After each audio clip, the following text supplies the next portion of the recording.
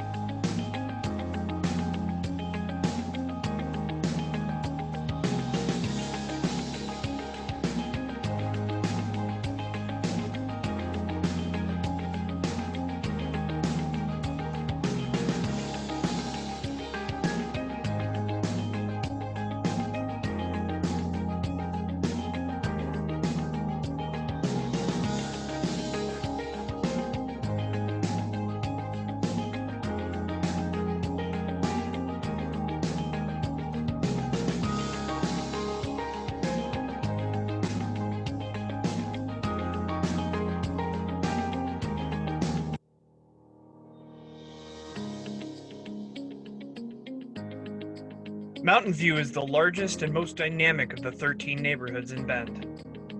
Mountain View is bordered by Eagle Road to the east, Butler Market Road to the north, Highway 20 to the south, and various roads along the west end.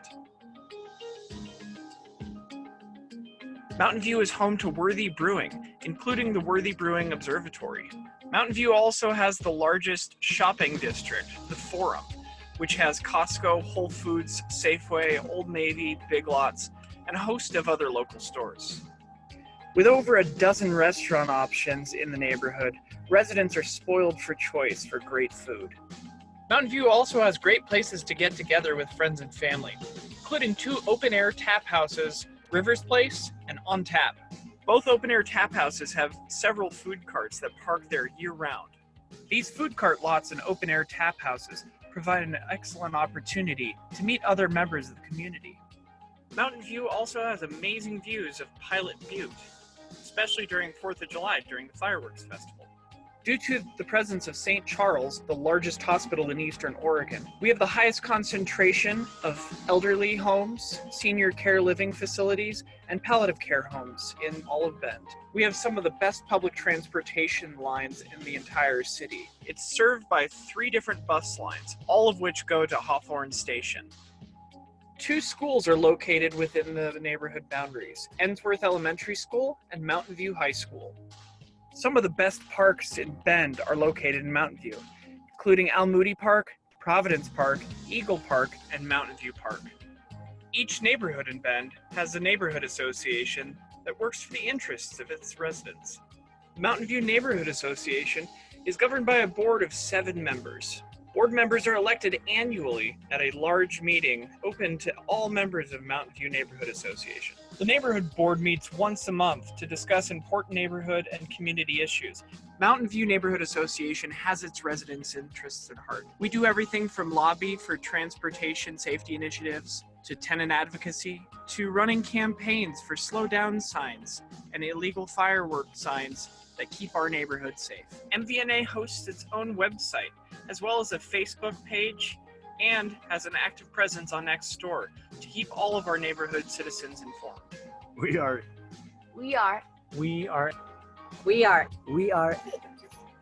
MVNA. MVNA. Make your voice heard. Come be part of MVNA.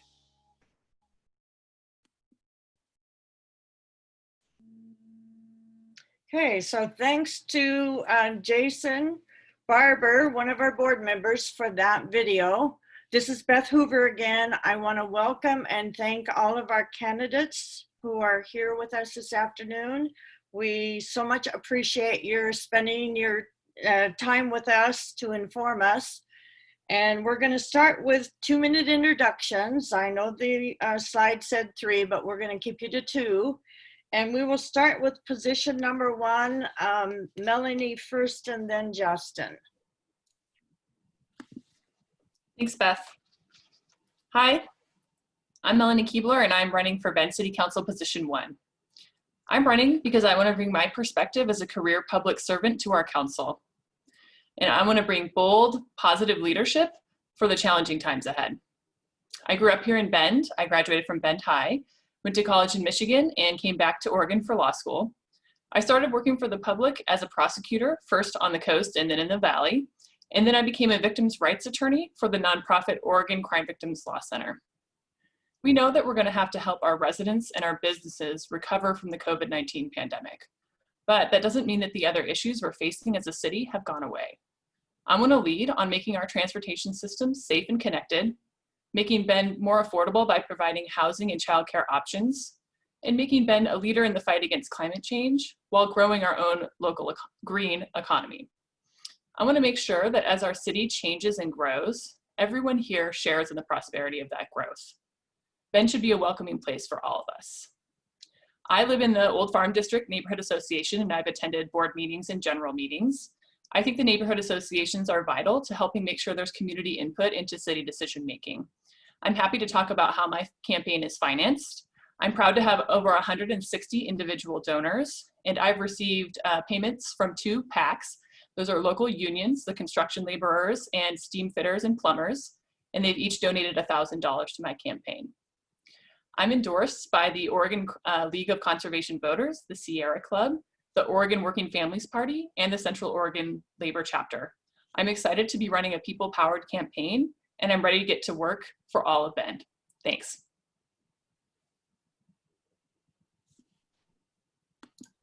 Thank you, Melanie. And Justin? Great, thank you. Good evening. I want to thank the Mountain View Neighborhood Association for hosting this forum. I look forward to this opportunity to let everyone know more about me and why I'm running for re-election to the Bend City Council. I'm a native Oregonian, a small business owner, and managing principal real estate broker. I have lived in Bend for the last 20 years with my wife, Carrie. We have 2 amazing kids, 11 and 14, and live in Southeast Bend. 4 years ago, I ran for council to keep the city focused on its core services and Bend's lack of affordability, specifically in housing. Because I don't want my kids or anyone else to face a similar decision as my wife did when she had to leave Bend in the late 80s after high school. Now, talking about some of the questions that were specifically asked that we answer. I live in the Larkspur Neighborhood Association. I regularly attend their board meetings. When I was a renter in the Old Farm District Neighborhood Association, I served on the board and was a land use chair. Neighborhood associations have a very important role in providing feedback to the council and to help the city communicate out to all areas of the city. That's why I played a role in getting the Neighborhood Leadership Alliance started, because I wanted to codify in code that neighborhoods have a seat at the table. Because when I came on council, the council previous had kind of disengaged from neighborhoods, and I thought that that wasn't the right thing to do, and we needed to be communicating and engaging our neighborhood associations. My number one priority, if elected to council, is the economic recovery from the COVID-19.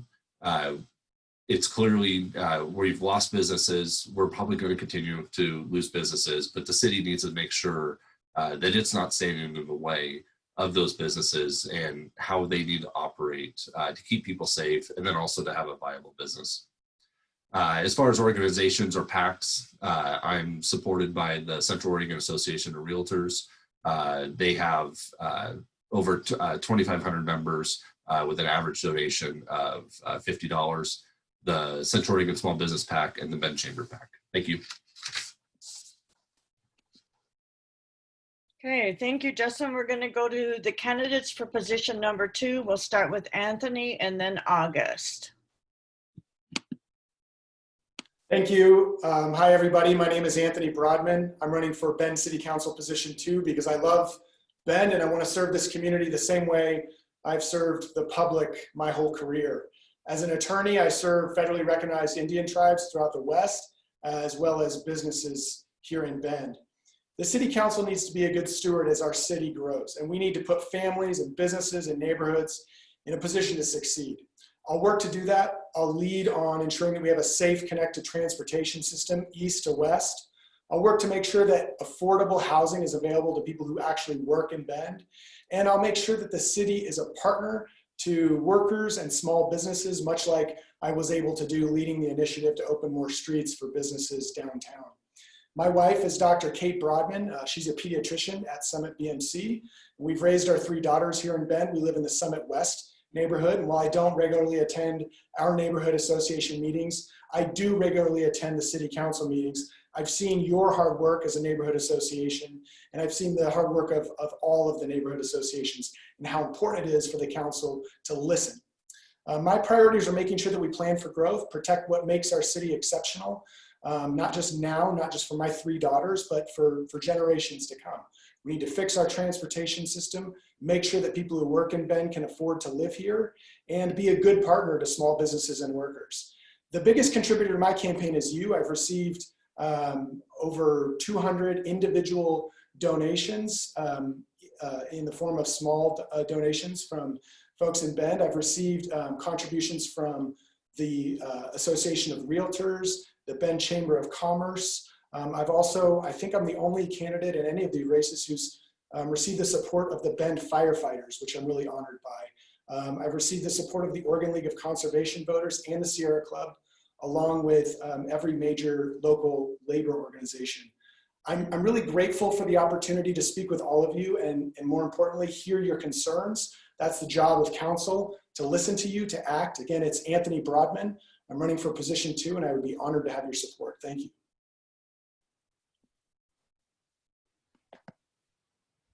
Thank you, Anthony.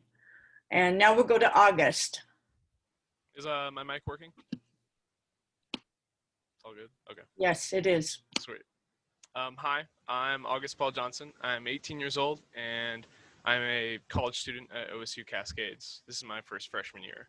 I've lived in Bend for 2 years now, and already I can see sort of a vision created in my mind of what I want to do for the future of Bend.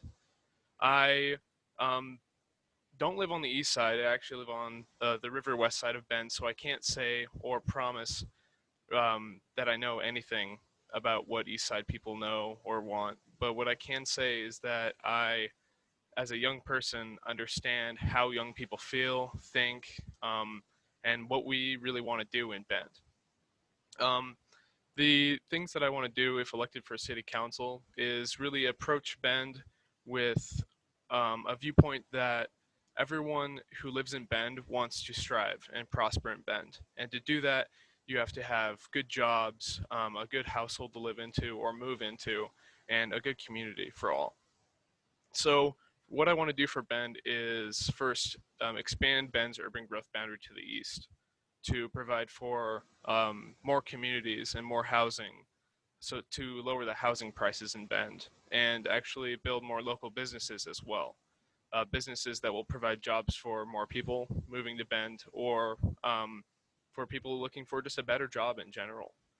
As a young person, I would love to create a better environment for students alike, to where instead of going to the bar to hang out, you might want to go and hang out at another bowling alley, or maybe another mini golf course. Something for families and kids like myself to find entertainment in. A big thing for myself would be to get more soccer fields at parks, stuff like that. I hope that the people watching will see and understand that Anthony and I have different viewpoints, and that in the future, when they make their decision, they will find the right one. Thank you. Thank you, August. Now we're going to go to position 3, and I do not see Rondo here. So we will start with Megan and then Chris. All right, hi, I'm Megan Perkins, and I am running for Bend City Council position 3. And I'm running because I love this city and I want its growth and prosperity to be shared by all. I'm a 5th generation Oregonian that has lived all over the country, and it was a dream come true when I finally moved to Bend. I'm a mom of 3, and we wanted to raise our children here and be closer to family. And one of the things that I realized when I moved to Bend was that my experience here was very different than that of my 2 Black children. This concern for them led me to co-found a group called Embrace Bend, which is now a nonprofit working to make Bend a more equitable and inclusive place for everyone. I believe that commitment to community is everything. I am a member of my neighborhood association board. I have also been with Moms Demand Action as a Girl Scout leader for my daughter's troop, and on the site council for my children's school. I'm running to fight for 2 main priorities. One of them is economic equity in our city. Bend can become a livable and affordable community for everyone, but it's going to take some work. I will make housing a key priority on council. We simply need more types of housing for more people. I will support expanded transportation options that improve connections around the city and make Bend friendlier for bikers and pedestrians. And I will work to improve childcare options for our 0 to 5 population. My second priority is to work for a Bend where everyone can benefit from safe, complete neighborhoods, access to nature and recreation, and a strong economy, regardless of race, sexual orientation, neighborhood, income, or mobility. I will fight for a city that is accessible to its residents and will work to address barriers to civic participation. On City Council, I will represent our shared values. So far, I have only received money from 1 PAC, and that is the Laborers International Union. The rest of the money that I have raised has been from the people. I believe strongly in serving my community, which is the primary role of our City Council. I've been showing up for this town for the moment I arrived, and I will show up for you as City Councilor. Thank you.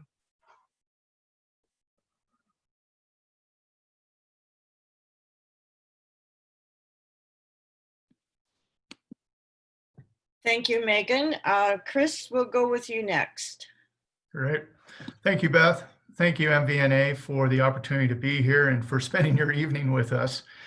You know, when I came on, I was appointed to council, and the reason I wanted to serve on council was because I had this vision for Bend, and it's really to maintain our caring and tolerant community that is supported by a strong civic volunteer base that provides a tapestry of skills which enhance the quality of life in Bend. Bend is an incredible city with incredible people, with so many that volunteer their time day in and day out. My focus as counselor going forward, areas where I want to continue working to serve Bend, is in the area of economic recovery. COVID-19 has caused harm to Bend's local businesses and employees. And I've worked with the Bend Business Relief Fund to provide 0% interest loans to local businesses, working with the city to create flexible payment plans and not assessing late fees on city customers. And I will continue using my business background, helping Bend's local economy recover and create jobs. My wife and I have lived here for 15 years. We've raised our daughter here, who's now a junior at Bend High. And we look forward to continuing to grow and make Bend a very prosperous place for many more to come and live. And with that involves transportation, because we need to ensure that our transportation infrastructure keeps up with our population growth. Affordable housing. Housing supply shortages have caused home and rent prices to soar in Bend and putting financial strains on working families, seniors, and young Bend residents. It is my goal to maintain the livability like I have in working with the neighborhood associations. I'm part of the Southwest Bend Neighborhood Association. I serve on Team Green on cleanup. I serve on the Old Bend Neighborhood Association, putting forth the new pilot parking program and working on Neighborhood Safe Streets program.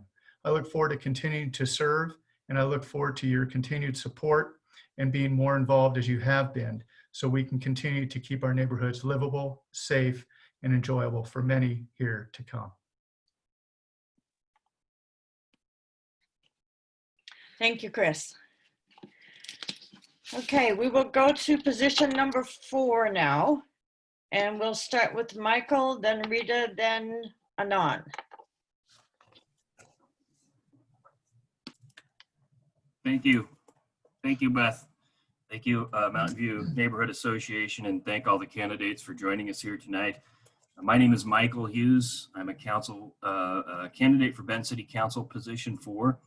I'm an attorney here in town. I'm also a farmer.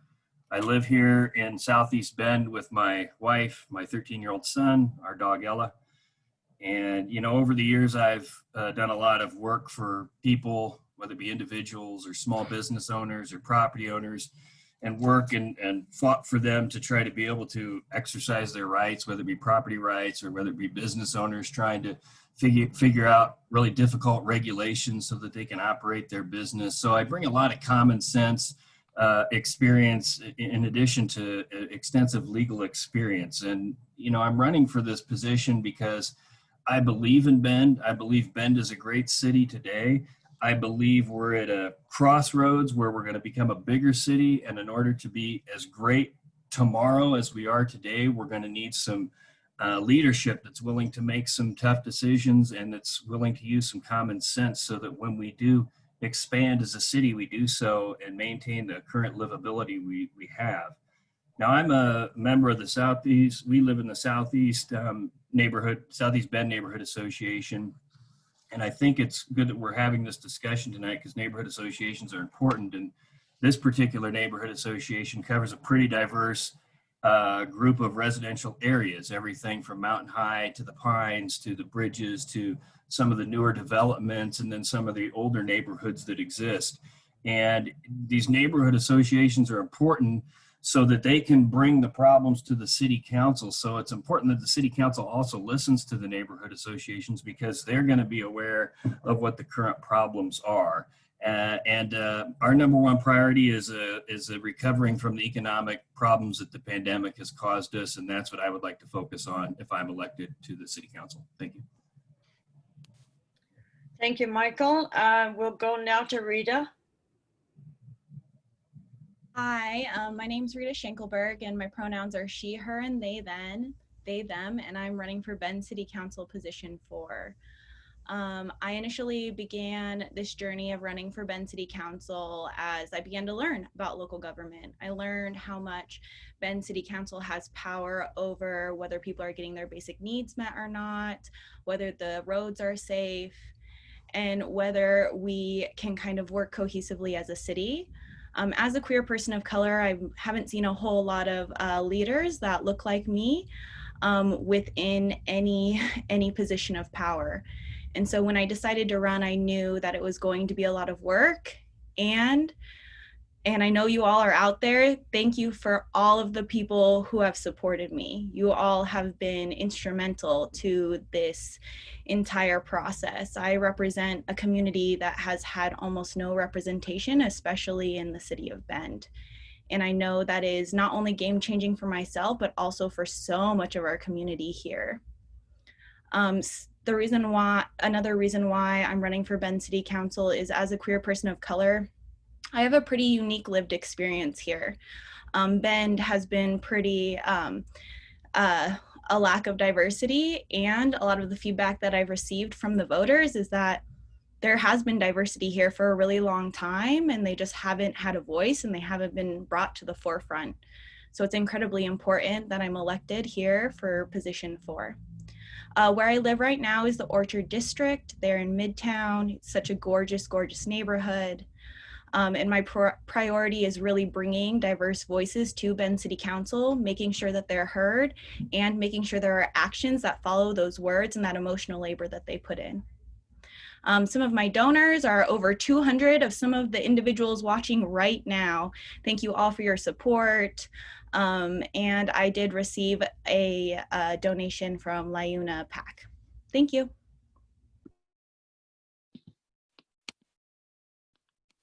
Thank you, Rita. Thank you, Rita. Okay, now we will go to Anon.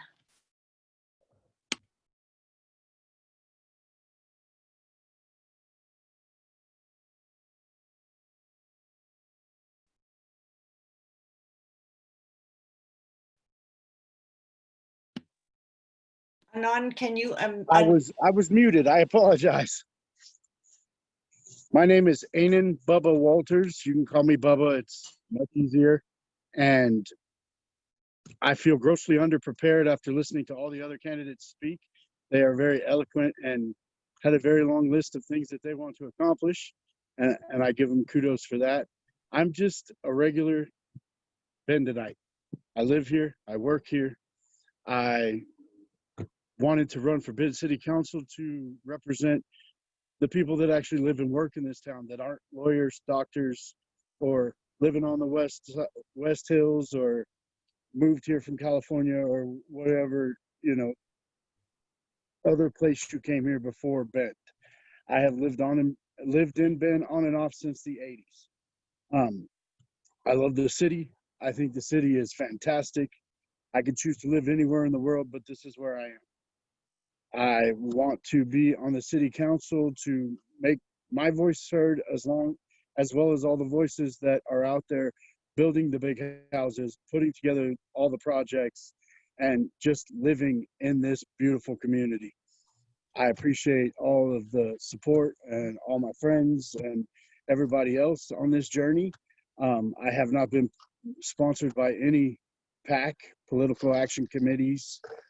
I've had a few of my friends and family donate small amounts to my campaign. Other than that, I'm doing this all on my own.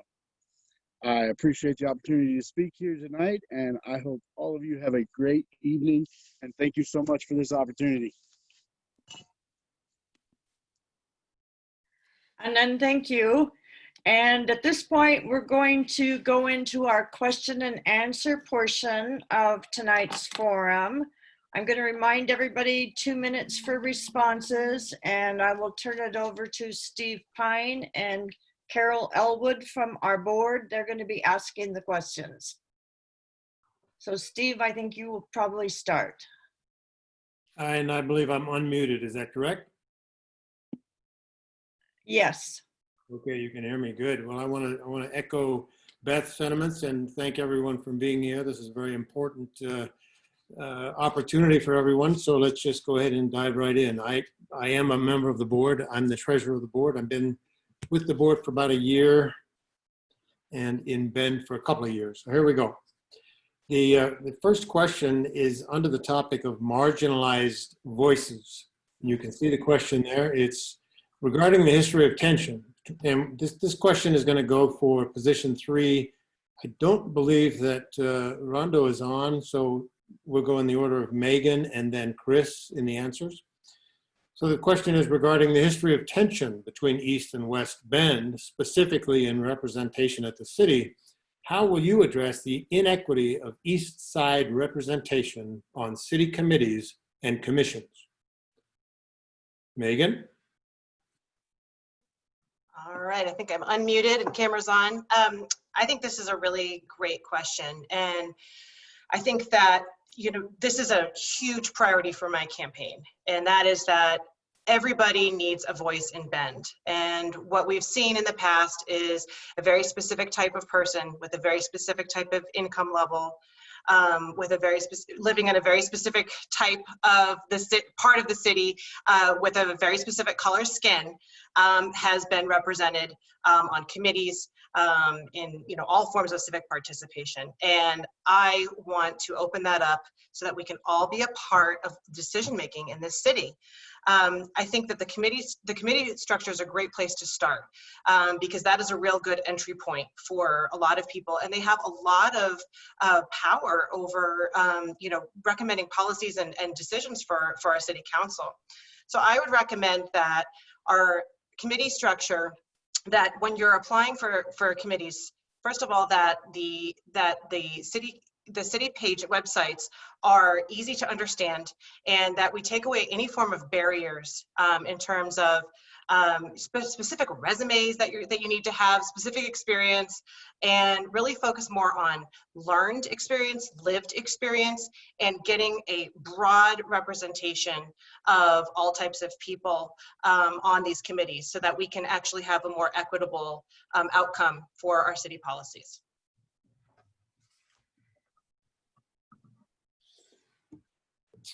Okay, thank you then, Megan. At this point, we'll go to Chris. Yeah, thank you very much, Steve.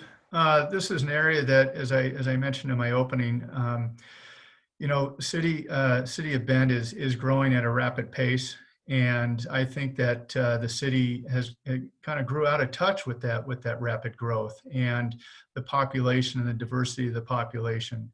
And in witnessing that in my last 2 years of being on council, I did see representation not being represented, if you will. And I think ways that we can do that as a city and as a council is to begin being more active in our neighborhood associations. I take credit with the mayor and the city manager in joining them in our COVID crisis response town halls that we took to all the neighborhood associations. We went beyond outside of the dais and brought the information to the cities. And what I'd like to do is see a greater model of that so that we are more approachable to those on the east side in giving them more education and resources on how to be more engaged, helping them understand our website and making sure our website is bilingual and suitable for many in the entire city of Bend. I think that there are great opportunities to be engaged in a committee, and those are ways that we need to continue to educate and bring people forth and make it not a scary situation, that it is something that, to come and learn and be educated and be well read with the opportunity for growth. And then eventually, as we see on the candidate level, taking a part in city, local government. But I think we need to do a better part of really getting out behind the dais and having city councilors continually to be more active in their neighborhood associations, and then holding kind of a forum, if you will, of education specifically about city education and committees that are looking for new applicants. Thank you, Chris. So now we're going to move on, and Carol will begin the questioning. Thank you. This question is still in the category of marginalized voices, and this will go for position 1. I'm going to start asking Justin this question, and then Melanie can answer. The question is, do you support the city's creation of Human Rights and Equity Commission? If so, how will you ensure that this commission has oversight powers on equity issues for the city? And take it away, Justin. Great. Thank you, Carol. No, I think it's a good question. The Human Rights and Equity Commission will come before the council for a vote actually in October to start to actually pass an ordinance to form the commission. I will be supporting that with a vote in October. One of the things I was wanting to do, and I think we will be able to do, is actually expand that to also represent more people, not through geographic areas, making sure that we're being more representative of geography, and then also socioeconomic issues. We don't hear a lot from people that are just working, raising families, just living in Bend. we just don't hear from kind of those people in the lower to moderate income brackets. And we need to do more of that. We need to do more outreach. We need to hear from those people more. And honestly, I think it's very important to put this on par with all of our other committees, and having our policies go in front of the Human Rights Commission to really understand what some of the unintended consequences are of the policies that we're looking at. And I think it's very important to have that feedback, just as we would from the Economic Development, from BDAB, or from the Neighborhood Leadership Alliance or the Affordable Housing Committee. We need to raise up those voices and put them on an equal level with all our other committees. Thank you, Justin. And Melanie, can you address the same question? Yes, thank you. So I fully support the city's Human Rights and Equity Commission. I was watching along on the Diversity and Equity and Inclusion Task Force, which was made up of members of our community, that was put together to kind of form these recommendations to council and really tell council what our communities of color need in this town in the form of a commission or a committee. And I support the process that they went through as I observed part of it, and I support the final product. I will note from watching those meetings that socioeconomic status is included as one of the categories that they think is important, and I agree, to make sure that people of all economic statuses have access to our government, as well as people who've been historically marginalized, like our Black, Indigenous, and communities of color. So I think what I would like to see moving forward for the council is to move forward with this proposal in the most robust form possible, to make sure we're appointing good community members who are dedicated and ready to spend the time on this committee, and that we're supporting them by providing financial stipends, childcare, and reducing other barriers to make sure that they are able to do this good work for our city.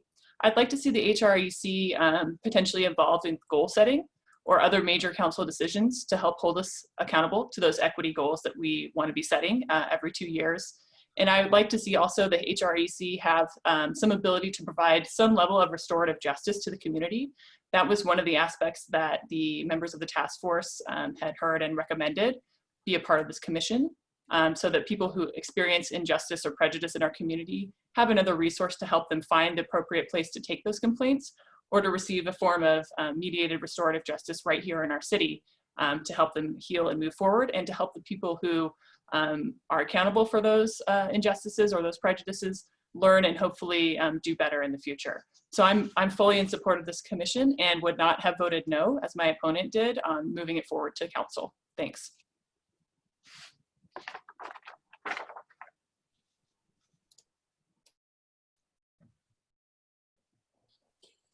Okay, I'll take it from here then. This is Steve, and this one is going to be for position 4.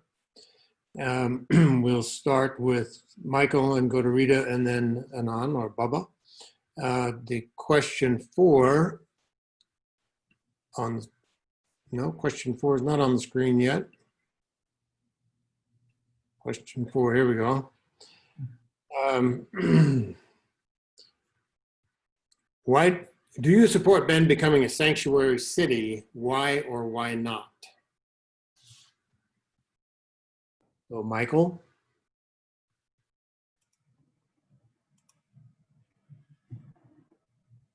Well, as a lawyer, I'd have to know what you meant by the legal definition of sanctuary city before I could actually answer that question. But I mean, I do support the current stance of the Bend Police Department. I believe the Bend City Council in that we aren't utilizing local funds to enforce federal immigration laws. So I think that's a reasonable position.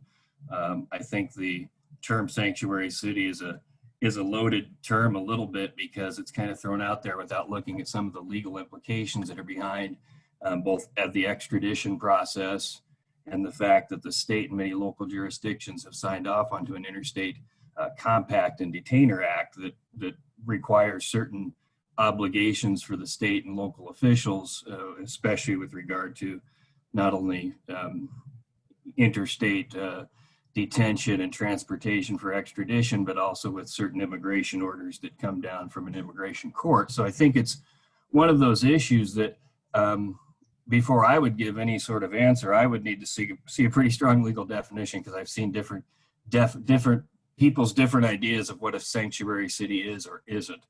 But I do support the current position of the Bend City Council and the Bend Police Department with regard to utilizing local funds for enforcement of immigration laws.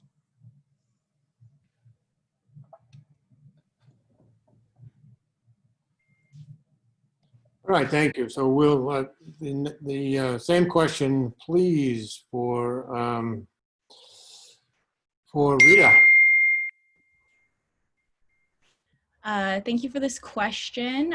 Yes, I do support Bend becoming a sanctuary city. A sanctuary city would support all of the individuals that live here in Bend, for all of the humans that were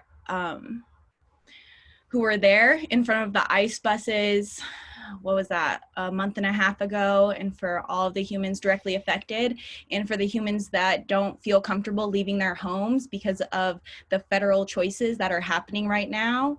That is unacceptable. You all live here in Bend.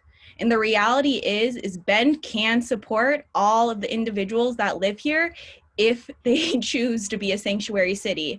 And we can continue to call in for public comment, and we continue to have conversations with our city councilors, but the reality is that Bend's leadership needs to take a stand on this. So we can talk about terms, and we can talk about what will happen or what won't happen if we are or aren't a sanctuary city, but us being a sanctuary city shows that we think that all of the humans that live here in Bend deserve to live here in Bend. And they do. They already live here. Some of them have lived here longer than me, and that's how we can show our support for the entire community. I think that, of course, there are limits to what a sanctuary city can or can't do, and those limits can be a conversation after we're a sanctuary city, after we have those conversations, and after Bend City Council takes a strong stance on supporting all of the community members that live here.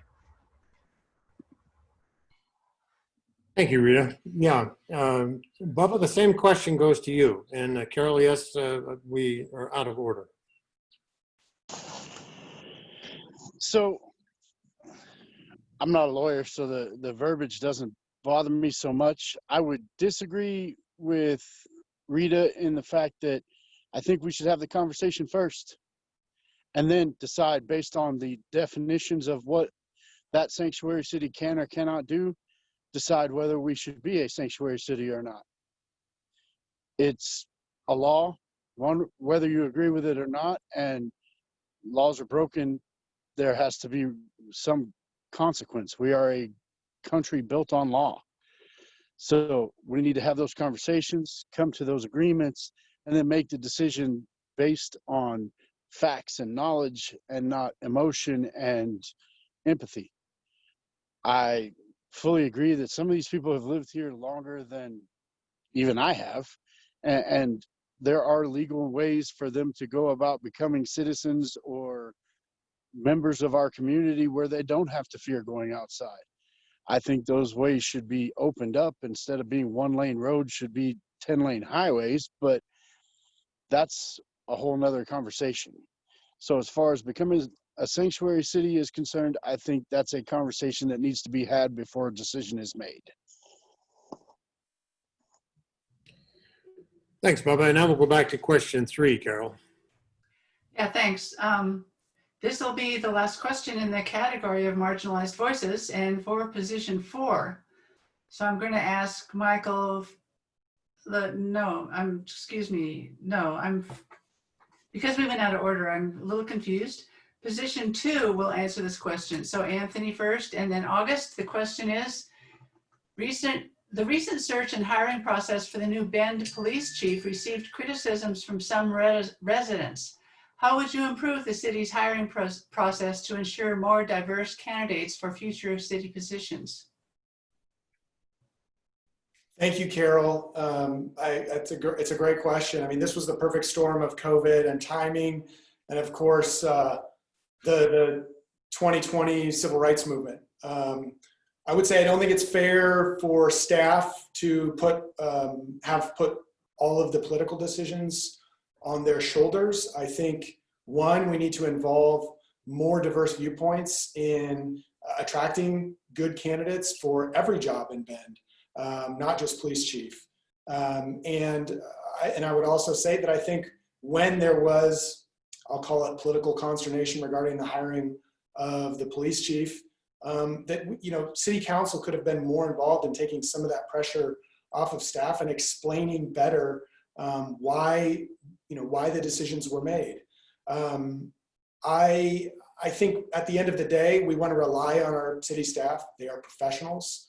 But I also think that the city council needs to be setting the correct framework to attract as many diverse candidates for every position within the city, because I think that should be one of our goals. Thank you, Anthony. And August, can you address the same question? I sure can. Let me just look it over again. All right. So with I'm just going to be brash here. I don't like our police chief. He personally, for me, it's hard to accept someone who isn't local, who doesn't come from the same area that I've spent these 2 years here at. Someone who can't look at his employees and touch on them on a personal level. For me, my boss has been working at her job for many, many years. And for me to have a good understanding of what I need to do, have a good understanding of how I should talk or question and get help at my job, I need to personally understand who I work for. So for a chief of police to come from Portland and I guess take control of my Bend police is kind of a rash decision for me. I would love to see someone local, someone who understands their community, someone who can, I guess, look out to people walking on the road and understand that it is their job to protect those people because they live in the same spot that they're working. The whole issue on removing the thin blue line from the police cars really kind of hurts. My grandfather he actually was a police chief near Portland. I don't exactly know the fine details, but he's told me stories of his job there and what he had to go through. And if I talked to my grandfather about that, he would have punched the guy in the face. The blue line on the police cars is a representation of who the police are in our society. And I would just like to see a more local police that is level-headed with the people of Bend. Thank you.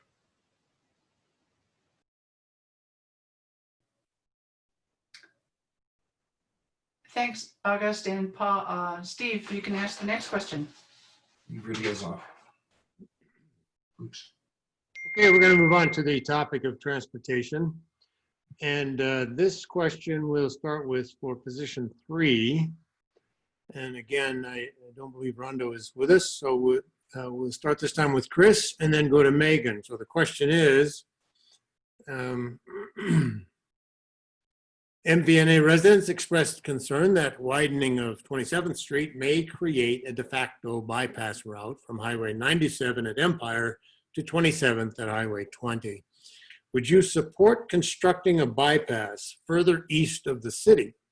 How else might you address this new traffic flow to reduce neighborhood impact? Yeah, this has been a question that's come up, I guess for over the last 6 months since ODOT was awarded and City of Bend awarded the infra grant for this bypass. I believe that having a bypass is important. We had felt that the 97 Parkway was going to alleviate a lot of the congestion. We're seeing now, after 20 years of the 97 Parkway being implemented, that we're almost up to 70,000 trips a day. And that's becoming almost a very unsafe situation. I believe that the bypass will help alleviate some of that stress and build a better, safer route from 97 to the 27th at Highway 20. Yeah, I believe that widening of the 27th Street, I'm not sure right now that's something I can answer yes or no to. I think that there's still some modeling and some studying that needs to be done.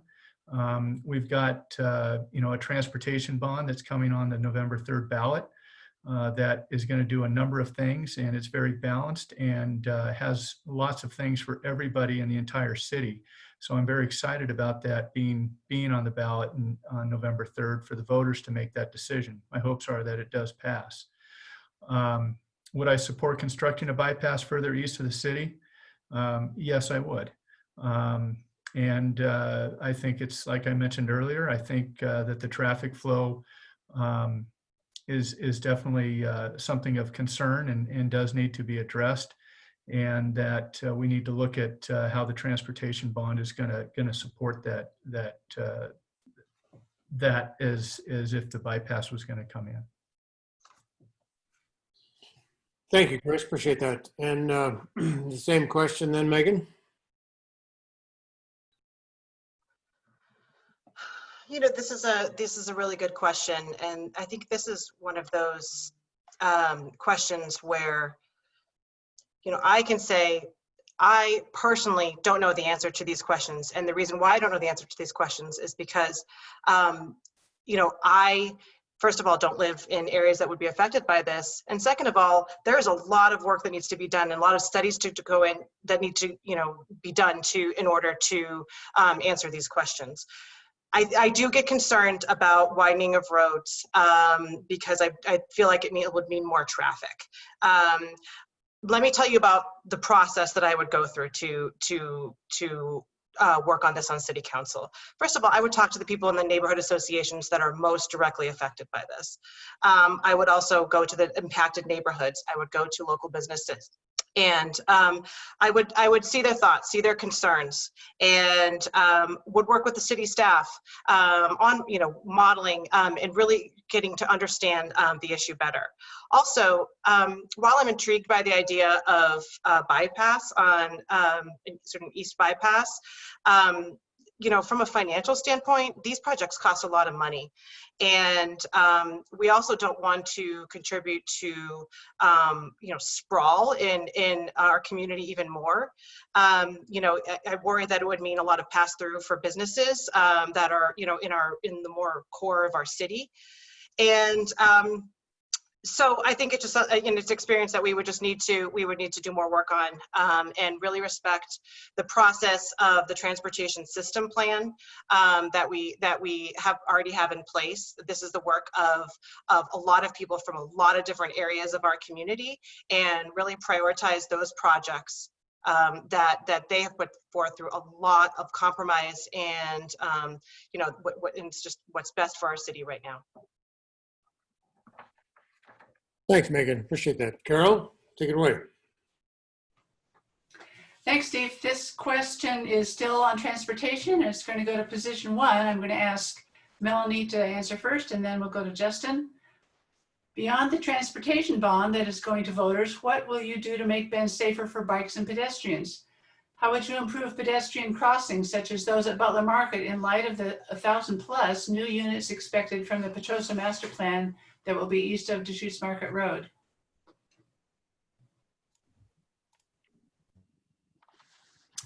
Thanks, Carol. So I know this question says beyond the transportation bond, but I actually want to start there because I think the transportation bond has the first step in some great investment in making our transportation system more safe for people that bike and people that walk, people that roll, and people that take transit. So I would take an eye to prioritizing projects out of that transportation bond that get our process going on building those key routes around town where we can make safer bike paths, safer sidewalks, safer bus stops for people. And I think that's something we need to invest in and we need to prioritize if the bond is approved. As far as pedestrian crossings, I think that almost all of our intersections in Bend need big improvements to feel really actually safe and actually be safe for pedestrians crossing them. And I know that there's notoriously hard and scary places to cross. There's confusing places to cross. And what we need is we need the infrastructure built into those intersections that helps make them safer. We need them to be designed in a way where it's clear pedestrians have a right of way. It's clear when they're going to be crossing, and we're not making, we're not doing slip lanes or other things that create more opportunities for tragedy to happen. As far as the Petrosa project, what I really like about that project is that they are attempting to make a more of a complete neighborhood. So there's space for a school to be built in there. There's a corner for commercial. There are single family homes and other multifamily homes all built into the same area.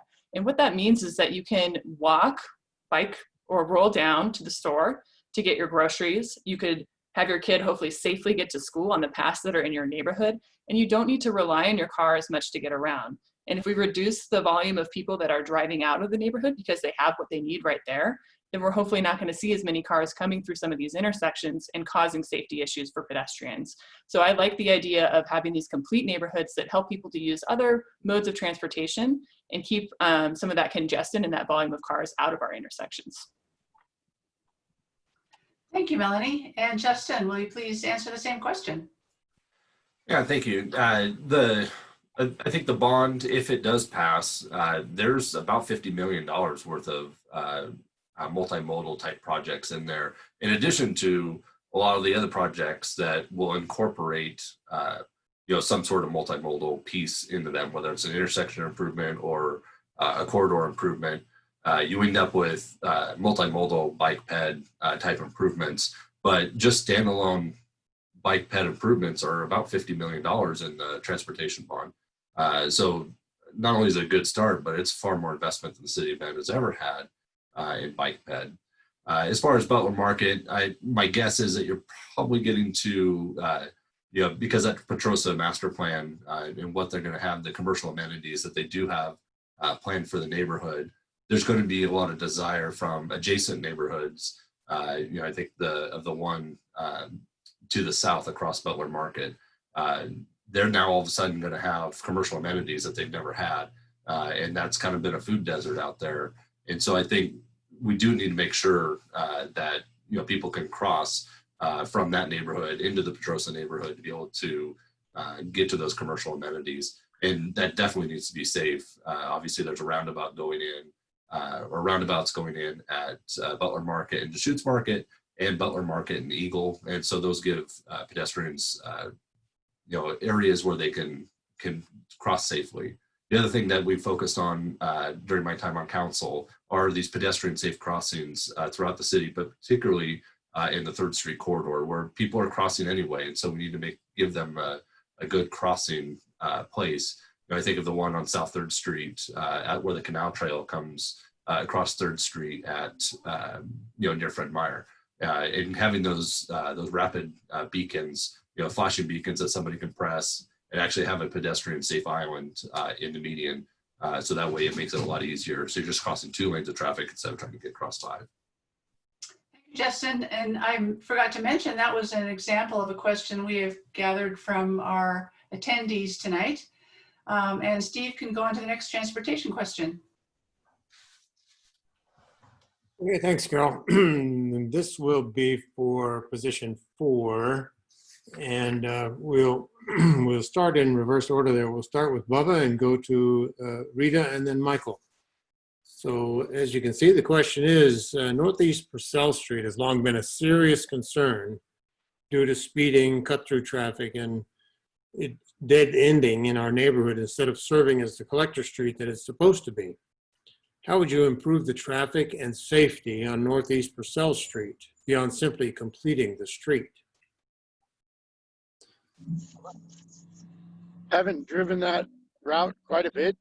There's some study and looking into options other than just finishing the street to make it more usable and more user-friendly.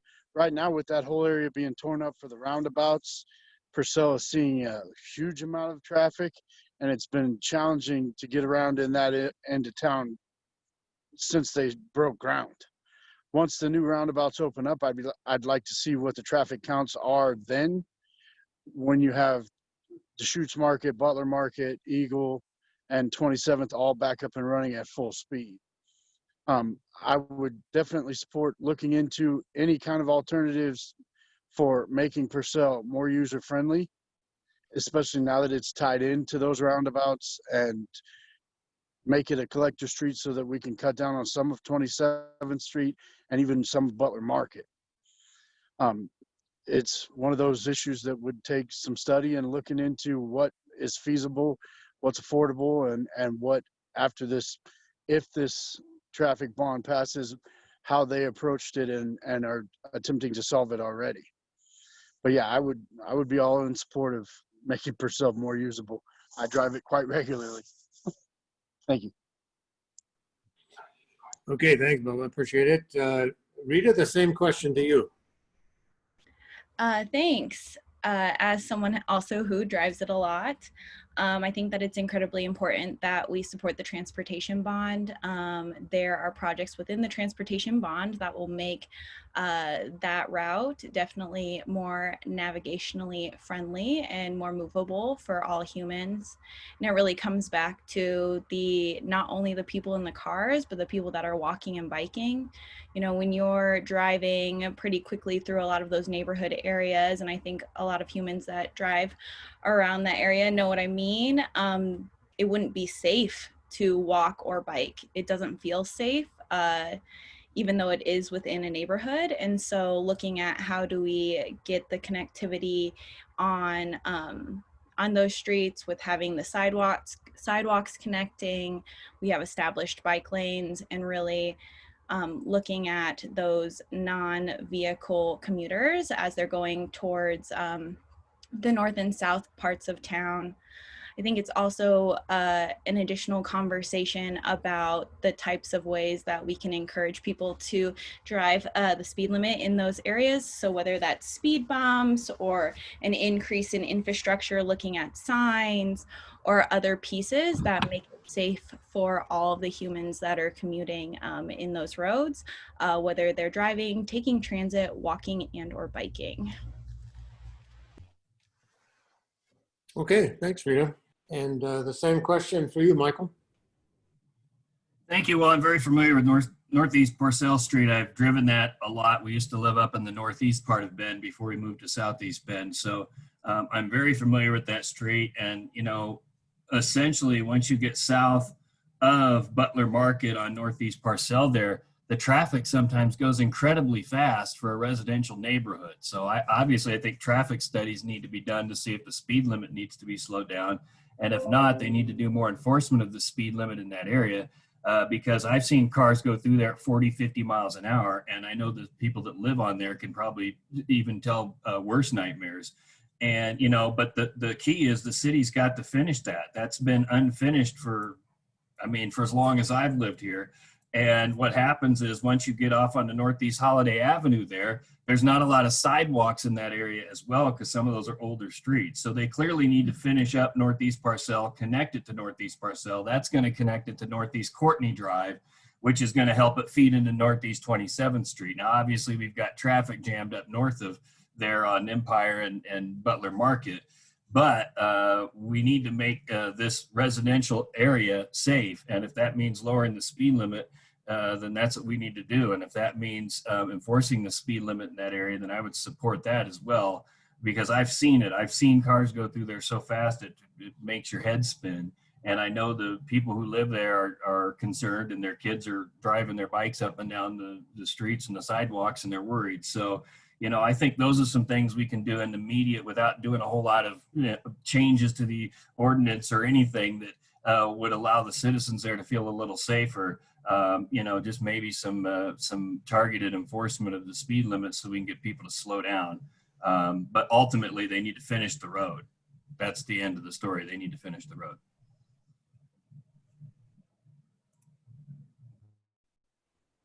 Thanks, Michael. Yeah, Carol, go for it. Okay, we have one more question about transportation, and this will be to position 2. I'm going to ask August to answer first, and then Anthony. If the transportation plan bond fails on November 3rd, how would you address the pressing transportation infrastructure needs of the city?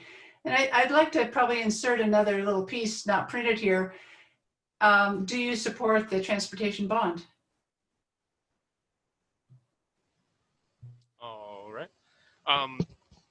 I mean, I'm August. I do support the transportation bond for Bend. It allows more connectivity through the city, and as the viewers have seen, everyone kind of has a general agreement for safety.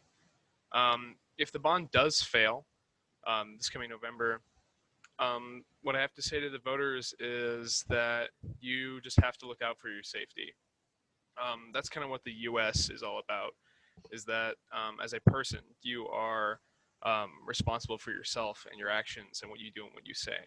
So if the bond fails, then please be safe, look out around your surroundings, and if you're a parent, educate your kids a bit more on street safety. Now, as a person, as myself, and I know that all Americans can do this, if the bond does fail, there are ways that people can look into, I guess, supporting the ability to create safer neighborhoods. I would imagine that would be through your neighborhood association. I would say go to them, talk to them, and see if you can strike up a fund to provide for a safer neighborhood for yourself. If it does fail, I would love to look into options that the city council has to not increase any sort of taxing on the city, but to have a way that we can find small bits of places within the city that are crucial to transportation, but that won't be a big spending point on the city's part, but that we can move towards creating a safer Bend. Thank you. Thanks, August. And Anthony, I'm going to ask you whether you support the bond and what you would do if it fails. Thank you, Carol. Yes, I support the bond. I have served, I've campaigned for the bond. I support it 100%. It's necessary for it to pass. If it does fail, we will need to follow up with a public safety bond. I am not willing to allow public safety to not be the #1 priority when it comes to transportation. That's why I support Vision Zero, preventing traffic deaths and serious injuries on Bend streets. We need to make sure that every kid can get to school safely. The district has identified, the school district has identified dozens of hotspots in our city where it's not safe for a kid to get to and from school, which requires more use of cars, more buses. The district has identified the intersection at Wells Acres and Purcell, which serves Ensworth. If we improve that, it would completely eliminate, this is from the school district, the need for busing at Ensworth. It would allow the district to use buses for other schools. I think we need to make Bend the most walkable, busable, bike rideable, wheelchair friendly, and drivable city in Oregon. It's possible.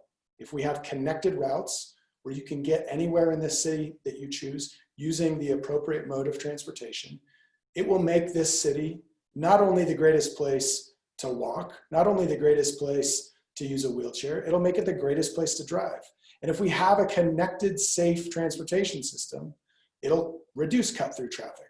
It'll allow people to go out in front of their houses, say hello to their neighbors, allow their children to use the out of doors. This is part of having an exceptional city, and that's the one litmus test that I would apply in making transportation system decisions. Will this make Bend an exceptional place to live in a neighborhood, to raise kids, to grow a family, to grow a business? So I support the transportation bond, and I hope it passes. Thank you, Anthony. And Steve can ask the next question. Thanks, Carol. We're changing topics. At this point, we're going to the livability concerns. And this question is one of those, again, that comes from our participants here this evening, from some of the audience members, and is for position 3.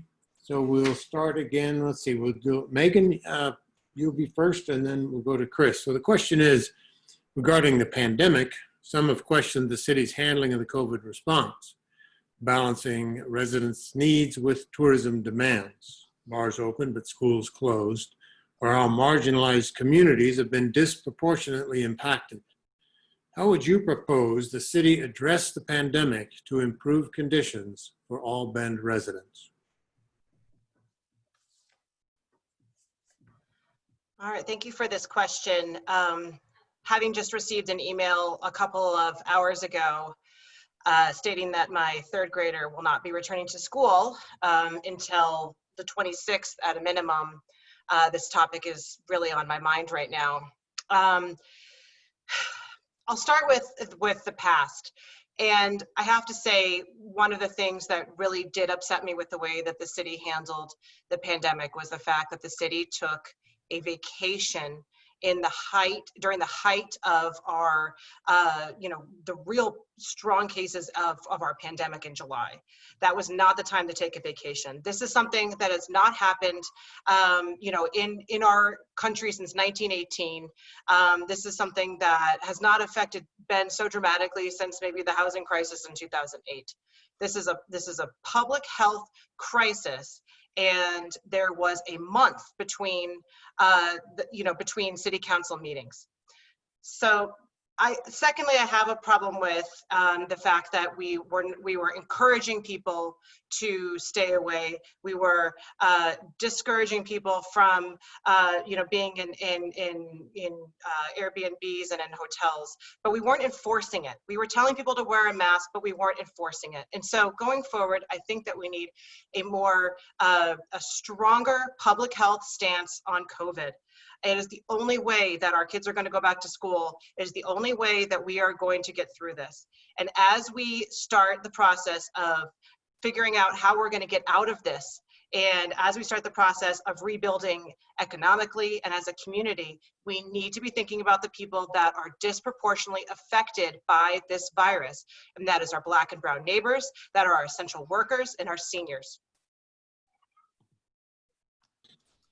Okay, thanks. And Chris, how about the same question to you? Yeah. So over the past 6 months, we've all been learning. I myself have never been through a pandemic. We've had an incredible learning curve here in the city, our residents, our businesses, just the community as a whole. And yes, could we have done more? I believe we could. Did we know what we do know today back then? We didn't. We know a lot more today, so we should be able to take more proactive measures as we have been in the past. I think that what we need to continue doing as a city is what I and the mayor and the city manager has done with neighborhood associations, leading the charge and organizing and promoting, is continuing to bring advocacy to the neighbors, to the associations, to help them understand what it is we're going through as a city and what we can do as neighborhood associations to help be good stewards and lead by example and remind those individuals, your neighbors, those that you may not recognize in your neighborhood, helping them understand that we want to remain a safe city, and that we ask that you follow the protocols that have been issued not only by the city, but by the state, which is masking up, washing hands, and keeping socially distanced. I think we need to continue educating and advocating on that behalf. I think that we're also at a point where we have a very heavy lift in this area. I would like to see more shared governance amongst all taxing districts to have consistent messaging and education from the library to the schools, to the Bend parks, and to the city, that we're all on the same page, issuing the same message to minimize the state of confusion. I think we're at a point where we're not sure exactly at times what we're doing or what the right regulation is that's going on or certain policy that's in place. And I think being unified with that one message will definitely help us going forward. And yes, it is unfortunate that we're at a state right now where schools will not be open till next month, or hopefully they'll be open next month. It's quite terrible right now. Thank you, Chris. Carol? Thank you. We're going to stay in the livability area. And this question will be for position 1, starting with Justin, and then we'll have Melanie answer. The City Council's biennial plan for 2019-21 included increase illegal fireworks enforcement activities in the public safety section, strategy 2. How would you propose to address that goal given the continued use of illegal fireworks in Bend and the fact that Bend is in a wildfire zone? No, I think this is a really important question for our city. Anytime, 4th of July rolls around, heck, even New Year's, we hear lots of illegal style fireworks that are legal in the city of Bend, illegal in the state of Oregon. It is because we live in a very fire prone area. Uh, as far as that goal goes, absolutely, I supported that and pushed for that and more enforcement. We already have pretty strict rules on what can and can't be used as a firework in the city of Bend, and we just need to be enforcing that. Chief Porter a couple of years ago came into town on the 4th of July and was appalled by the amount of illegal fireworks going on. Now, 4th of July is also the largest call for service day that Bend Fire or Bend PD actually has. And so we have to be cognizant of those other those resources being used wisely and prioritizing calls. But we absolutely need to further our fireworks enforcement. There were groups of firefighters and Bend PD officers paired together actually going around the city. I know Mountain View Neighborhood Association was key in providing lists of regular houses that regularly have fireworks displays that are illegal on an annual basis. A lot of the other neighborhood associations stepped in with a lot of that data that really helped Bend PD kind of focus on specific areas. But we need to expand that and make that more robust, and also bring on potentially more staffing on 4th of July in order to meet the regular calls for service, plus also working on the illegal fireworks enforcement. Thank you, Justin. And Melanie, go ahead. Thanks. So I think this is obviously a really important issue to be talking about, especially this year when we've experienced some of the worst wildfires in Oregon's history. And we were so lucky that they weren't here and threatening Bend, but we still suffered the consequences because of how we've been managing our forests in Oregon and how the climate is changing and causing these fires to be more intense and more frequent. So this is obviously a very key issue. What I want to take from this question is talking about increasing enforcement activities. So I think this gets to an issue that has also come to the forefront here in 2020, which is about how are we spending our law enforcement resources as a city? What are our police being asked to do? I think that they do a great job on this as much as they can, but we are asking our police to do so much. I think that we might be able to increase enforcement activities or have more staffing on this or have more officers available if we take some of those other jobs away from our police and give them to people that are experts. And I think specifically of responding to mental health calls in our city. I think that's something that our city police have already started working on under the leadership of Chief Porter. I'd like to take that further and see how else we can involve mental health resources and mental health workers in responding to these calls and not be sending officers with guns. One, it prevents tragedy. Two, it's better outcomes for the folks that are experiencing a crisis. And three, it can help reallocate resources that we have towards the enforcement activities that we want to emphasize, like enforcing our illegal fireworks code. So I think that that's one approach that I might look at is how are we allocating our resources of police and where can we take something off their plate so they can spend more time on this pretty crucial issue, especially on those nights and weeks when we know that it's very important to have a presence out there enforcing the law. Thank you, Melanie. And Steve will tell you the next question for livability. Okay, this is Beth, and I think Steve has lost connectivity. So this question is going to go to position number 4. And we'll start with Anand and then Rita. And the question is, how would you make City Council more responsive to citizen concerns? I myself, having lived here for years, have never personally seen a city councilman out and about on my day-to-day tasks. As a city councilman, I'm still going to work here. I'm still going to live here. I'm still going to be like I am right now at my son's jiu-jitsu class, and just be out in the community. Have not just sitting in Bend Chamber in their nice, comfy little office, but to be out in the community, involved with community activities, involved with the MVNA, involved with all the other neighborhood associations, try to make as many of those meetings as we can. I understand we all live, work, and have families and lives outside of that, but to just be more actively involved in our community, not just in the city council. That would be my goal if I was elected, and that's what I think needs to happen. How can we be the voice for our community if we're not out actively involved in our community? Thanks.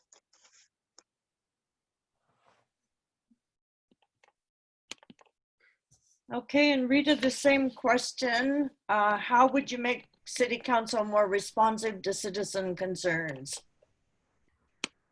I think that there are many different parts to this question. I think we have talked a lot, or I've talked a lot about accessibility to Bend City Council meetings, and so making sure those are accessible to humans who don't have internet access, humans who may not be able to take 4+ hours out of their evening to sit and have a conversation with a city councilor or make a comment during public comment. I think that city council can, when COVID is over, go ahead and move the city council meetings to different parts of town and making it accessible to humans that want to attend in person but maybe can't because it's at City Hall. Conversations around office hours and having city councilors accessible at many different times of the day, and variety within that. You know, humans are at work or humans go to school and they're unable to talk to the city councilors. I think it's also incredibly important that we see what happens with public comment. So if you are able to have a conversation, to make public comment at a city council meeting, where is that information going? Are we making sure that information is recorded, and what are the action plans connected to those public comments?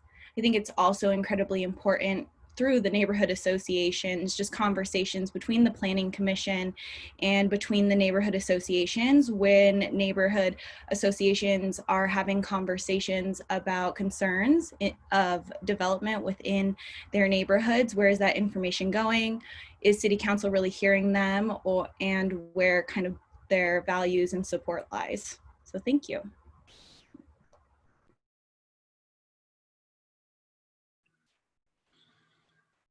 Okay, I got back in. Go ahead. Thank you. I think this is probably one of the best questions that citizens have to ask themselves when they are electing somebody to serve on their city council. Because ultimately the city council has to be able to listen to and hear everybody in the community so that they can make a decision that reflects the goal of the communities. And one of the things I think needs to happen more often, and especially in a city like Bend, I think could happen more often, is more frequent town hall meetings that involve the entire city council. Not just a session where we're having, you know, people coming down to make public comments, but where the counselors sit up, put some duct tape over their mouth for a little bit and just sit back and listen to the community for an hour or 2 hours. I think that needs to happen on a fairly frequent basis and should be happening at least every other month, if not monthly. Obviously, we're still dealing with the pandemic, so that might make it a little bit more harder, but we still have mediums like this in which we can have some sort of dialogue with the community. But that's the most important thing. Counselors have to have dialogue with the community. And, you know, really, how are you going to make sure your counselors are more responsive to citizens? Well, you have to elect counselors that are going to be responsive to the citizens. You have to elect people who are empathetic with other people. You have to elect people who have already worked in the past with other people of all sorts of different backgrounds to solve difficult problems. You have to elect people who understand the heartbeat of the town. You have to elect people who listen and care about what other people have to say.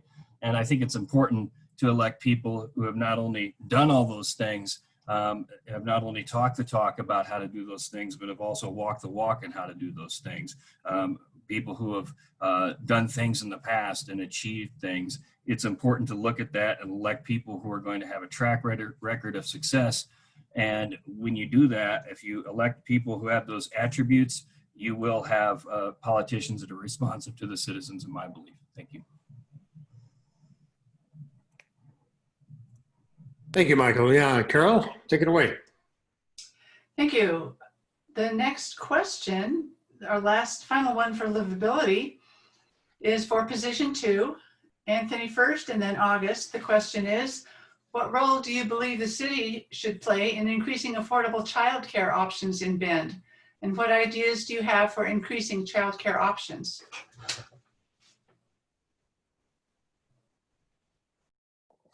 Thanks, Carol. Great question. This is top of mind for me. I have 3 daughters we've raised in Bend, my wife and I. She's a pediatrician, and for 2 working people, I can tell you that it's difficult to find childcare, and that was true before the pandemic.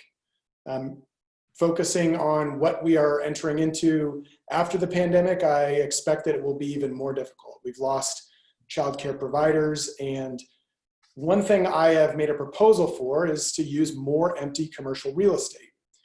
We know that commercial real estate is going to suffer. We know that commercial real estate is going to be more empty. And let's use the silver lining of this public health and financial disaster to use more space where childcare providers who are simply looking for an affordable place to do their business can cooperate with somebody who owns a large piece of commercial real estate, has lost a lessor. So I think that's one thing we can do. I think the chamber is thinking creatively and working aggressively to make sure that we have affordable housing so that businesses can operate, folks can get to work. But I don't think that we should put all of the weight on the shoulders of the chamber. I think this is a multi-governmental approach. We need to involve the Parks District, which is the single largest provider of childcare in our city, and take a more is more approach, because this is, with housing, one of the things that is going to limit our ability to bounce back from the coronavirus. Thank you, Anthony. And August, can you please answer the same question? I sure can.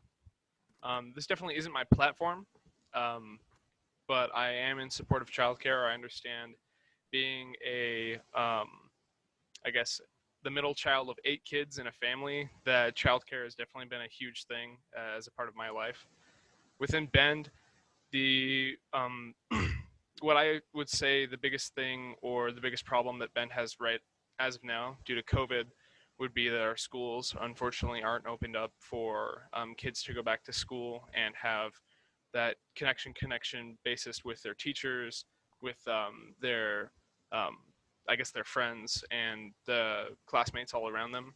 I would definitely, as a counselor, push as hard as I can to get kids back in school. I understand what it is to be like as a student who has lost the option to go back to school, especially during my senior year.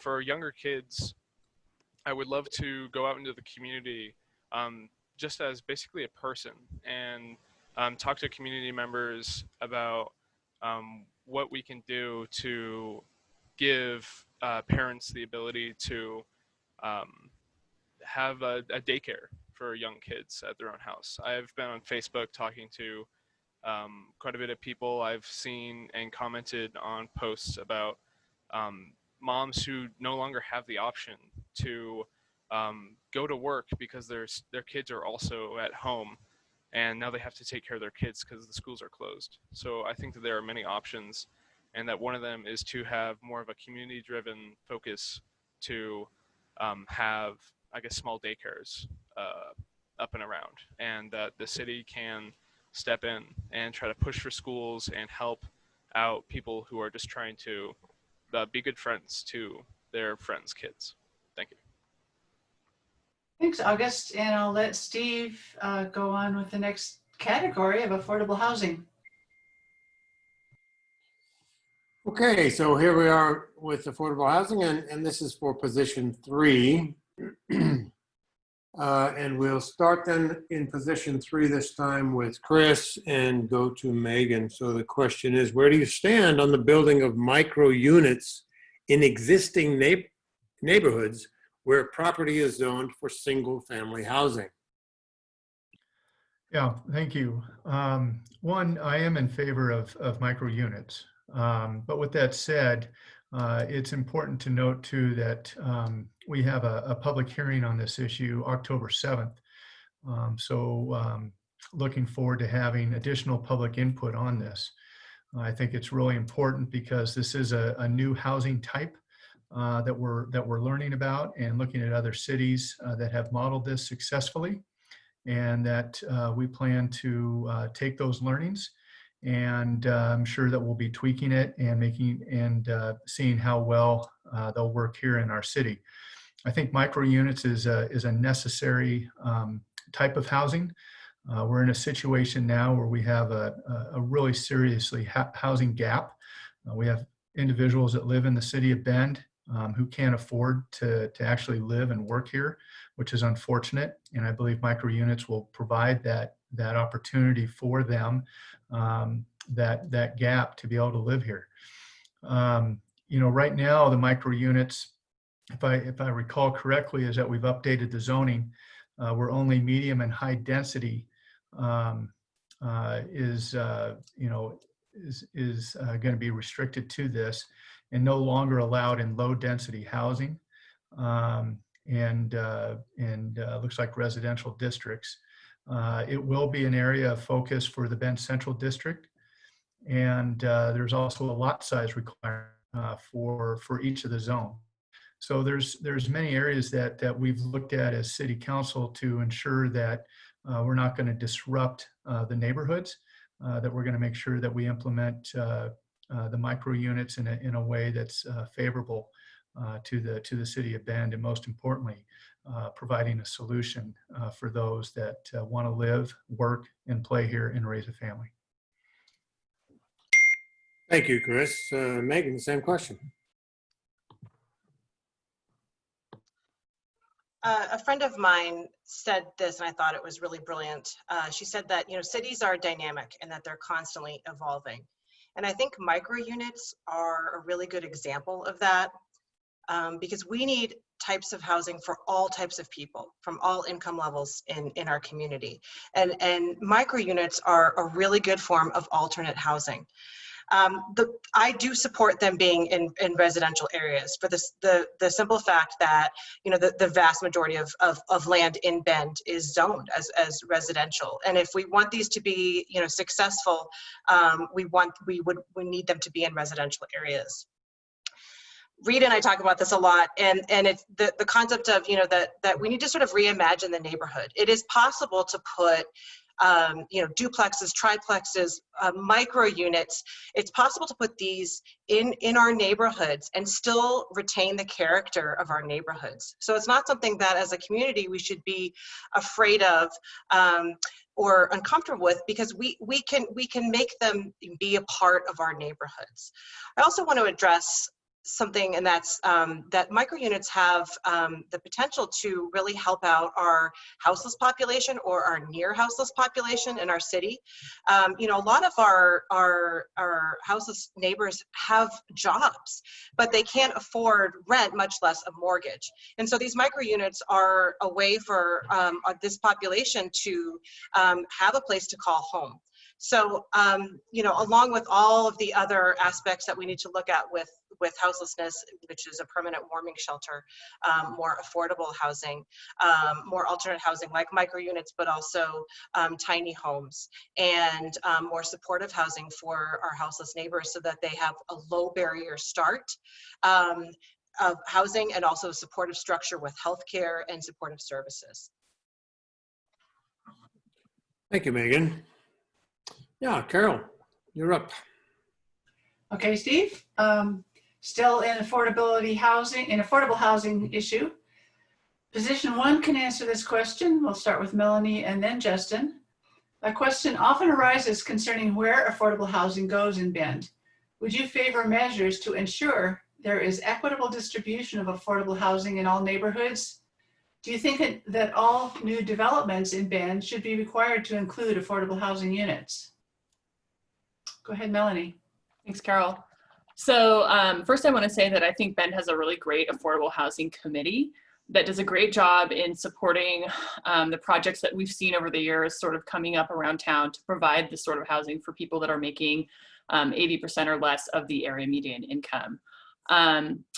When we're talking about equitable distribution, I actually have seen a map of where we've been building these projects, and it's actually fairly distributed about town. I think that's also, like I said, a product of having a great committee, but also that these projects are going to go where they can feasibly be built. I don't think any affordable housing developer is looking to only build on one side of town or the other. I also think some of these affordable housing projects have been done so well, especially on the west side, you can't even tell that they're an affordable housing project. So there may be more near your neighborhood than people realize. As far as requiring new developments to have affordable housing units, this type of inclusionary policy for development has been tried in other places. I'm not sure that it's totally correct for Bend. What can tend to happen is that the developer is required to include X amount of affordable units, and to make up the difference, they charge even more for the other units. So we actually have more expensive housing going in next to our affordable housing, and that's not helping this other population of the middle income earners to find accessible housing. So I favor more of trying to build all different types of housing and allow affordable housing projects to be clumped together to make them more feasible to build and more easily supported by our committee. And on the other side of things, we have our city, per House Bill 2001, putting in code to allow all sorts of other different housing that can fill that middle need, things like duplexes, condos, townhomes, quadplexes, and other units that will help people that are in that 80 to 120% area median income find a home as well.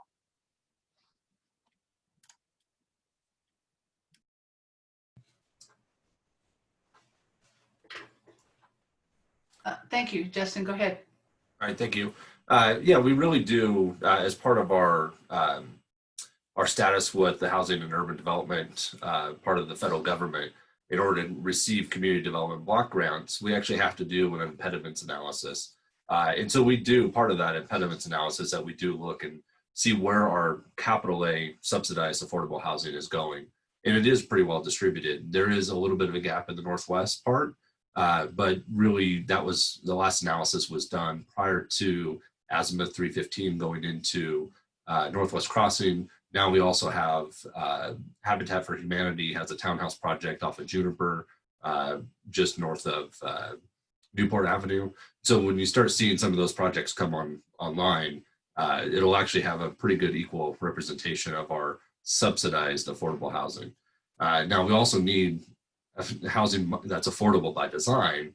And so we need to make sure that the city's getting out of the way of developers, whether that's system development charges or creating land that's more, we need to have more land because the cost of land is driving the price of housing up a lot.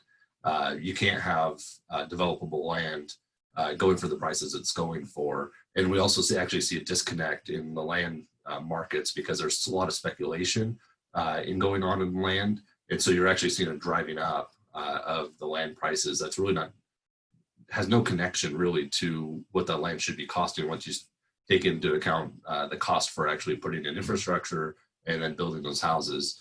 And so having doing another urban growth boundary expansion like is required in our current UGB, and then also doing a urban area reserve is going to be very important so we can actually stop some of that land speculation. So that's another way to address and get more housing that's affordable by design.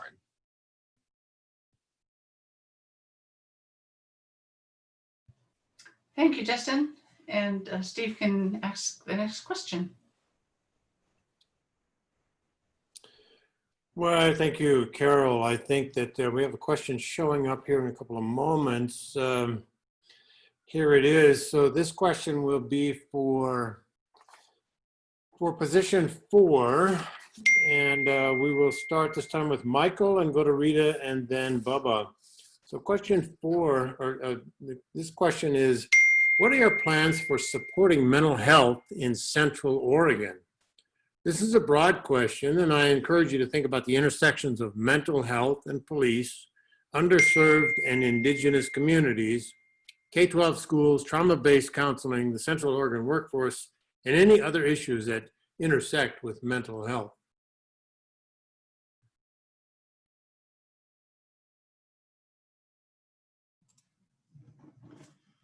Hey, thank you for the question. It's so small on my screen. I'm trying to actually read it too because it was a lengthy question. But obviously, mental health is an important issue in our community. I studied the criminal justice system, and that's what my bachelor of science degree is in. I've worked within the criminal justice system for 20 years. And anybody who's worked within the criminal justice system know that there's a significant amount of mental health issues that can come into play in that. And so the questionnaire is right that there is an intersection between mental health. Frankly, there's an intersection between mental health, the criminal justice system, the homeless population, and just in general, people, the community should be comfortable in coming out and dealing with mental health issues. Often it's become a stigma. So it isn't just the populations I mentioned. Mental health issues are something that everybody at every economic level and from every racial and religious background have to deal with. So it's clearly an important issue in our community. The city council and the city, obviously we're going to have to work with our partners with regard to this at the county and the state level. And frankly, the city, in my opinion, one of the things they should consider doing, and this would go in hand with the homelessness issue, is wherever we decide we can get a permanent warming and cooling shelter, we need to have services like mental health services nearby, whether that's a Veterans Administration mental health services or whether that's county mental health services.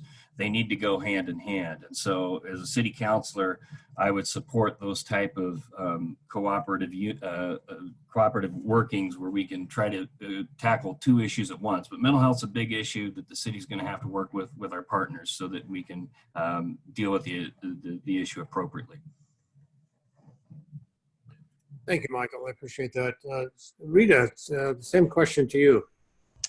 Thank you. So I am a mental health therapist here in town, and I work with many different types of individuals. And so my initial thought around mental health is making sure that people have access to services, and having access to services means that they're able to have health care and have a lot of conversations with the county. And so as we look at Deschutes County, behavioral health is one of their biggest departments. And so making sure that people are able to access the mobile crisis services and so on and so on. We have multiple Deschutes County behavioral health buildings here in Bend. And so making sure that people know where those are and making sure that they're able to access those services in many different ways. Mental health within the schools, knowing many school counselors and knowing many mental health counselors who work within the schools, there's always need for additional support within the schools and to support all of our students of every age. And so continuing to have those conversations with the school counselors, continuing to have those conversations within the curriculum. Many of the students also are able to learn about mindfulness and yoga within the school system, and that helps support them, not only their mental health, but also makes them more successful when they're learning within the schools and really beginning to understand who they are as people. Trauma-based counseling is something that I talk about all day, every day. And also I work with many mental health therapists that specialize in trauma-informed care. So that's incredibly important. And it's incredibly important that we support our labor force and the workers so that they're able to be safe and so that they have healthier mental health. It's also incredibly important that Bend PD doesn't have to take all of the burden of mental health services. They can really talk to the mobile crisis team and many of the behavioral health individuals through the county who can really support, and people are able to get those services. So thank you. Thank you, Rita. Yeah. And Bubba, how about you? I think the biggest thing with mental health is funding. It's always a topic of conversation, and it always has been, and especially now that we're dealing with the pandemic and COVID. And I know that mental health has been a challenge for a lot of the people that I know that have lost businesses or lost their sources of income or dealt with whatever ramification the pandemic has thrown their way. And we carve out millions of dollars to get tourists to come to our community every year. There isn't any reason why some of that funding couldn't be funneled towards our departments of human services and towards a permanent warming shelter, and in conjunction mental health amenities that they have readily available access to at all times, so that they can get those needs addressed. And it's hand in hand with the homeless community, as well as every part of our community right now. There are so many of us suffering because of the pandemic that were never personally affected by COVID itself. And so I think finding funding for those things would be top priority for any future city councilman and anybody that loves this city. Anybody that's been here for any time can see that the homeless camps are growing, and that situation needs to be addressed, and affordable housing, mental health, everything else, and not put it on the shoulders of our police departments, because look how often that turns into a bad result. So I would say that funding would be the first step, and then looking and talking to people like Rita who deal with mental health on a daily basis to see how that they could best reach out, how to make that available and get it going in our community. Thank you. Thank you, Bubba. All right then, Carol. Okay, thanks, Steve. This will be our last question of the evening, and it will go to position 2. I will start with August, and then Anthony can answer it. Do you think that Bend employers should help to address the high cost of housing through higher wages, investment in infrastructure, etc.? If so, what steps would you encourage them to take? Again, August, go ahead. It's a hard question to answer because as a city councilor, the city has responsibilities that work with infrastructure and police and our fire department. But when talking about local businesses and wages in particular, it really is up to the local business and what they pay to employ their workers. It would be a good discussion to see if people could make a bit more money to pay for the expensive housing we have here in town. But you really have to understand that businesses can only work if they're making a profit. And in order to make a profit, you can't overpay your employers, your workers. So what I do believe that the city can do to allow people to, I guess, make more money or find more affordable, pay for their housing, is to introduce more jobs. That's something that the city can do and has power over. The city can take land use and put that towards commercial use, to put either local businesses or something that would be a higher paying job, maybe career businesses. That's I don't think that the city has power over walking into a business and telling the owner to, hey, you have to raise wages for the people you work with. But it would be a good conversation to see if Bend can provide better jobs for people to live or afford to live in Bend. Thank you. Thank you, August. And final answer from Anthony. This was, again, one of our questions from an attendee tonight. Thank you, Carol. I would say that small businesses are really hurting right now. Like I said earlier, was fortunate enough to lead the effort to open downtown streets and streets throughout Bend to facilitate physical distancing, to keep workers safe, to keep business owners safe, to keep patrons safe. That's the kind of approach the city needs to take right now. We need to be a dynamic and a responsive partner to small businesses. We need to make this a great place to live and to grow a business. I support, from a housing perspective, a pragmatic approach. Let's make sure people can afford to live here by refocusing our Affordable Housing Advisory Committee on families who are working here, not just traditional affordable housing, but actually that next area median income level of home buyer and home renter. Let's make sure that if you are working in Bend, you can afford to live here. Let's have a rational SDC, system development charge system, that requires everybody to pay their fair share, pay for the share of the burden you are imposing on the system. And so I think if we make this a great place to get around, a great place to own a house, a great place to rent a house, that our incredibly brilliant business community is going to be able to pay higher wages. We're going to be able to build more green businesses, more sustainable businesses, pay people more, and hopefully close that gap when it comes to being able for working families to be able to afford to rent and buy in Bend. Thank you. I'm going to pass it back to Beth, who will move on with the next portion. Okay, thank you, Carol. We are now going to do candidate closing statements, 1 minute each. And while we're doing that, we're going to be posting a poll for attendees that we would like you to respond to.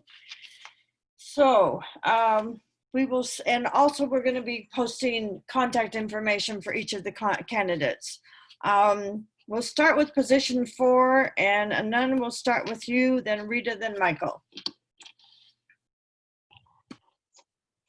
First, I want to say thank you very much for holding this and giving me the opportunity to speak. I appreciate that very much. And it's Bubba for Bend, position 4. I look forward to working with all of you guys in the coming days, and I hope you vote for me if you think I'm the right guy. I'm just a regular dude working, living, and loving Bend. All right, thank you very much and have a great night.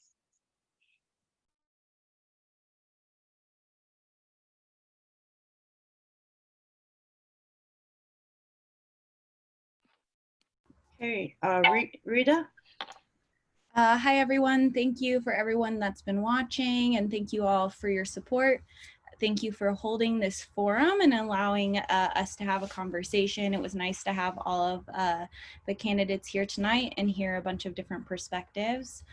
As a renter here in Bend, I think the conversation around neighborhood associations is incredibly important. I'm really beginning to learn what neighborhood associations can do and learning how to support one another. As a queer person of color, I will bring a unique perspective to Bend's leadership, and I am very passionate for all of the people that live here. Representation matters. Please check out my website at ritaforbend.org. Thank you, Rita. Michael? Thank you. Thank you for the Mountain View Neighborhood Association for hosting this event, for all the candidates for giving us all the time and their great answers and all the input so we as a community can listen to all these important discussions. You know, I believe Bend is great, and I believe it will be great 10 years from now if we have the right leadership at the city council, if we do the right things, if we use common sense as we approach this exponential growth that we're about to deal with. And to do that, we're going to have to be smart. We're clearly going to have to make it cheaper to build a house. That means we're going to have to bring system development charges down. That means we're going to have to figure out a way to get the property developed faster so we can recoup the revenues we lost from the reduced system development charges. So we got to have a plan in place to deal with this growth. And we're going to have to deal with the economic fallout of the pandemic. Those are our important issues that we're going to have to deal with. And I believe that we can deal with these, and Bend will be great 10 years from now. And I thank you again for hosting this forum. Thanks, Michael. We'll go to position number 3. Chris first and then Megan. Great. Thank you, Beth. I want to say, one, I was remiss. I didn't mention the PACs that support me. And I want to just say that Central Oregon Association of Realtors, the Chamber PAC, the Central Oregon Small Business PAC, and then also endorsed by City Councilor Bruce Abernathy and retired Bend Police Chief Jim Porter. One, this has just been an incredible opportunity to be here with the Mountain View Neighborhood Association, for their members to participate. Thank you for providing this medium You know, as counselor over the last 2 years, it has been an incredible opportunity to serve the city of Bend. I've learned so much and met so many people, and I'm thankful to the residents who have given the opportunity to help shape the future of their neighborhoods. And I look forward to continue doing the work as counselor as I have, being engaged and active with the community members, McKay Park, OBNA, and Southwest Bend neighborhood, and many more. So thank you again for this opportunity. Thanks, Chris. Megan? I want to thank the MVNA for doing this tonight. I joined my NA board because I wanted to be more connected to my neighborhood, and I so appreciate other people who are involved in their neighborhood associations. I've stated before that I believe that commitment to community is everything, and NAs are that definition. You know, a lot of times elections are about false choices, either or, and I think that they should be about both and. You know, we can still retain what's amazing about Bend and make it a place for everyone, and we can invest in our small businesses and protect our essential workers. We can build affordable housing and make sure our builders are in the black. And we can make our neighborhoods diverse economically and racially and keep their unique character. You know, it's a really unique time and it requires unique leadership. And I believe that my diverse background working in public administration, for nonprofits, as a small business owner, and as a community organizer means that I am up for this tough task ahead. I'm proud to be endorsed by 2 sitting members of the City Council, the OLCV, the Working Families Party, labor unions, and school board members, our former mayor, and more. Thank you very much. Thank you, Megan. We'll go to position 2, August, and then Anthony. All right. I just want to thank everyone for showing up and listening to what Anthony and I have to say. I hope that people have come to a decision or are looking into what the differences between Anthony and my character are. I have to say that I support rugged individualism and that I'm a voice for all the young people out there in Bend. I want to see Bend grow as I grow with it, whether that be through its physical growth or I guess its mental growth through the community that we have here in Bend.